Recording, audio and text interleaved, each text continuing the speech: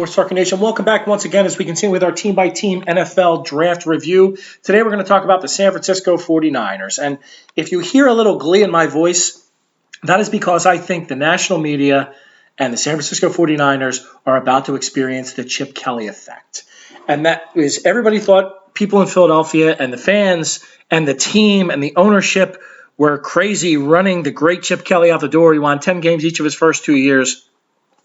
Well, his involvement in this draft set them back already, just like his involvement in taking over the personnel of the Eagles trashed this team. Howie Roseman, I'm not sure I love their draft this year, as we'll get to, but he had to rectify a lot of mistakes made in just 1 year of control by Chip Kelly, and I think San Francisco is about to experience the same type of pain. Let's start in the first round. DeForest Buckner. He's not a reach, I guess, by anyone else's standards but my own. I don't love him as a player. I don't think Oregon creates good defensive players in the pros. I think their system players that do a certain role. He was more run stopper than pass rusher. If you can't get pass rush from a 7th overall pick, unless you're drafting a defensive tackle, that's a wasted pick.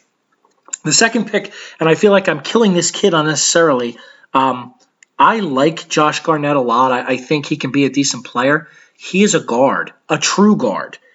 They traded back into the first round, giving up a ton to get this guy. 2, 4, and 6 round picks to get Josh Garnett. He's not even worth going in the first round as it is. I would have thought he would be a 3rd round pick. Even if you wanted to take him in the 2nd round, you don't give up something to move up to get him.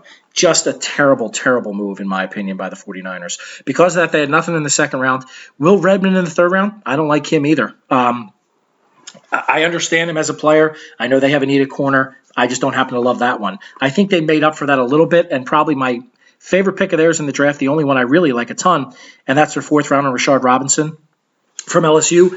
I think he's got a real future. I think he can play. He's got some red flags, but I think he can really play, and I think that's their saving grace for this draft. He's their steal for sure.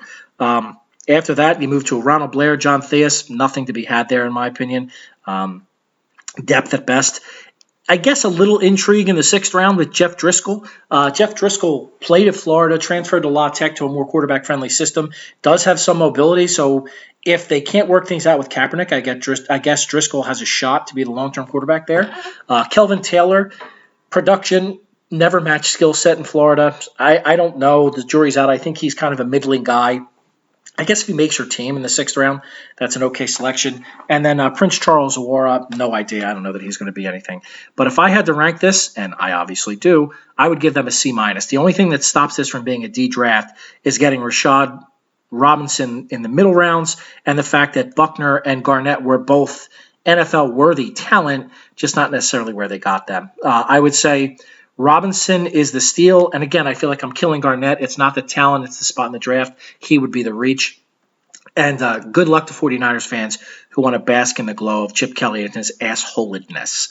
So with your 2016 NFL review of the San Francisco 49ers, I'm your host, the G-Man, and I am out.